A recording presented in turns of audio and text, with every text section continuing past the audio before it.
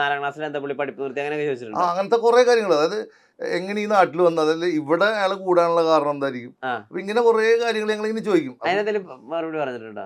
പിന്നെ പുള്ളി എന്താ സംഭവം എന്ന് വെച്ചാല് പുള്ളിക്ക് ഒരു ബാക്ക് ഹിസ്റ്ററി വെച്ചിട്ട് തന്നെയാണ് എൻറ്റയർ ഓരോ ക്യാരക്ടറിനും പുള്ളി അതിനൊരു ഹിസ്റ്ററി ഉണ്ടാവും പുള്ളിക്ക്. ഇപ്പൊ നമ്മൾ ചോദിച്ചു കഴിഞ്ഞാൽ നമ്മള് റാൻഡം ചോദ്യങ്ങളായിരിക്കും ചോദിക്കുന്നത്, പക്ഷെ പുള്ളി കൃത്യമായിട്ട് ആൻസർ പറയും. ഒരു സെക്കൻഡ് രാജാക്കാട് താമസിക്കണെന്ന് വെച്ചപ്പോ എന്താ പറഞ്ഞത്? അല്ലാതെ പണീന് ഇഷ്യൂ എന്നാണ്. ഓക്കെ. അങ്ങനെ ഓരോരോ കാര്യങ്ങൾ ഇങ്ങനെ പറഞ്ഞു വരും. അപ്പോൾ അതിൻ്റെ അകത്തേക്ക് വന്നു കഴിയുമ്പോൾ നമുക്ക് ആ ജോർജ് കുട്ടി ഇപ്പൊ പ്രസന്റ്ലി നിൽക്കുന്ന സ്പേസ് എന്താണെന്ന് നമുക്ക് കൃത്യമായിട്ട് അറിയാം.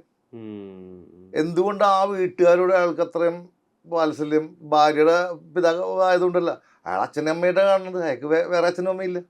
അപ്പോൾ സ്വാഭാവികമായിട്ട് അളിയനായാലും സഹോദരനായിട്ട് കാണണം. അപ്പോൾ എൻറ്റയർ ആ ഒരു ബോണ്ടിങ് കൃത്യമായിട്ട് ഡിഫൈൻ ചെയ്ത് നമുക്ക് തന്നിട്ടുണ്ട്.